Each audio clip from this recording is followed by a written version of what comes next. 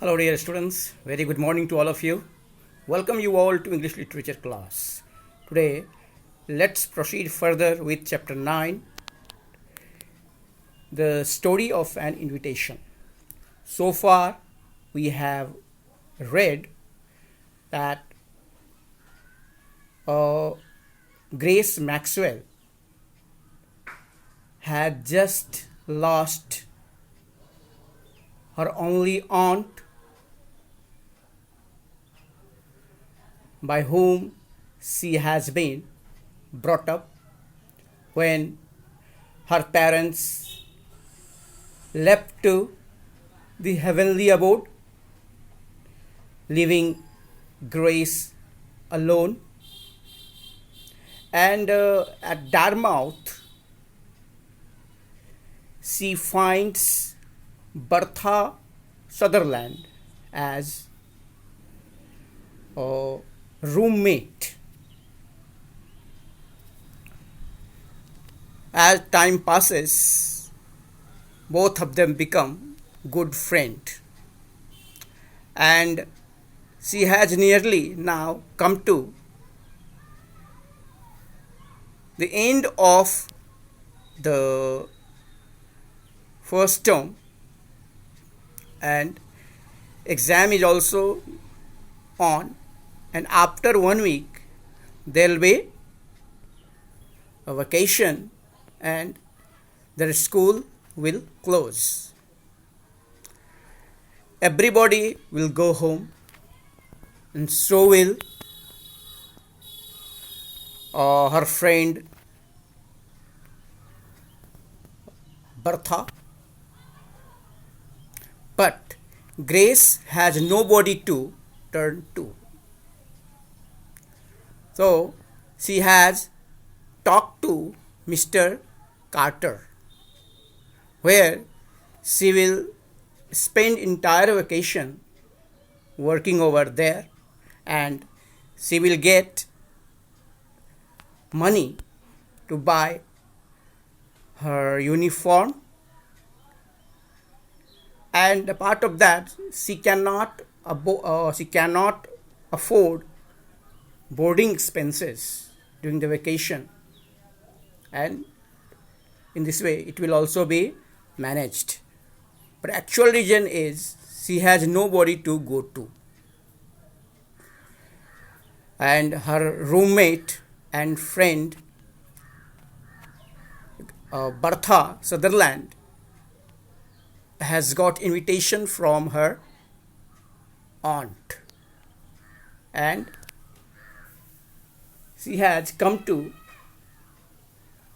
tell Grace that good news,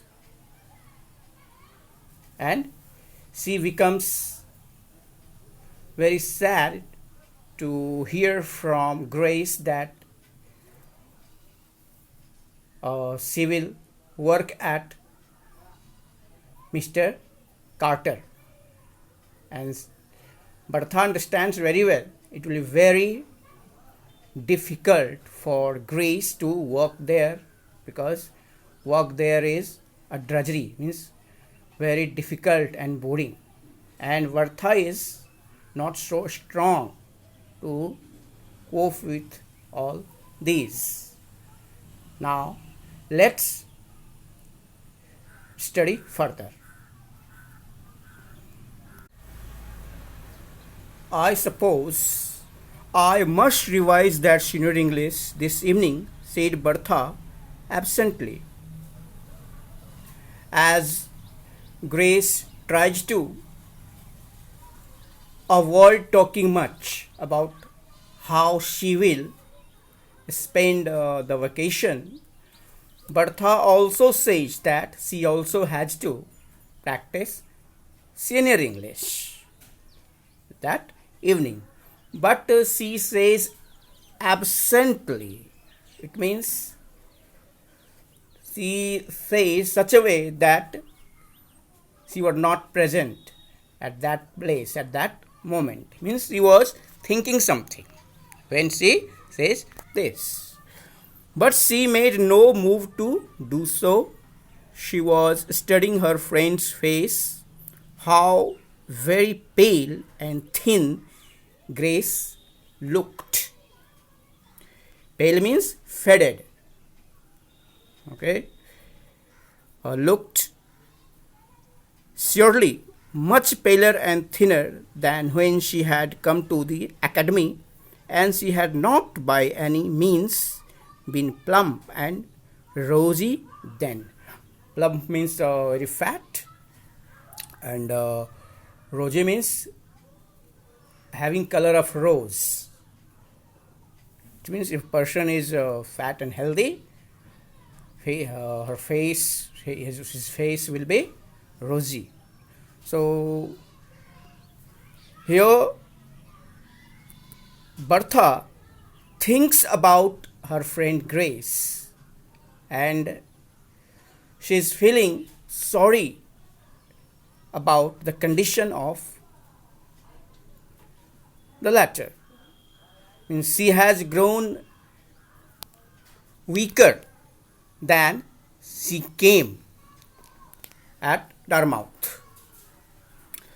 I believe she could not stand 2 months at Clarksman's, thought Bertha. If I were not going to Aunt Meg's, I would ask her to go home with me, or even if Aunt Meg had room for another guest, I'd just write her all about Grace and ask if I could bring her with me. So here Bertha is thinking about the bad condition of Grace. She knows very well Grace will not tolerate work at Mr. Clark's because she is very weak, and so she thinks of some way to take him to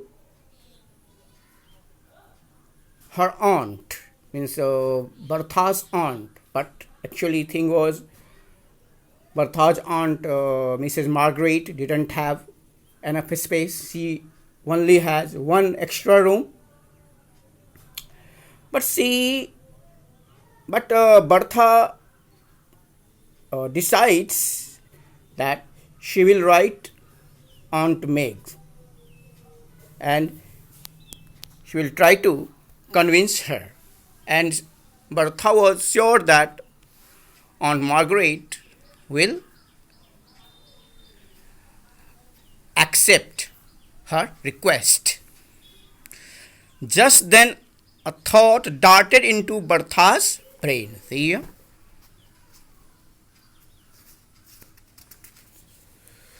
What nonsense, she said aloud, so suddenly and forcibly that Grace fairly jumped.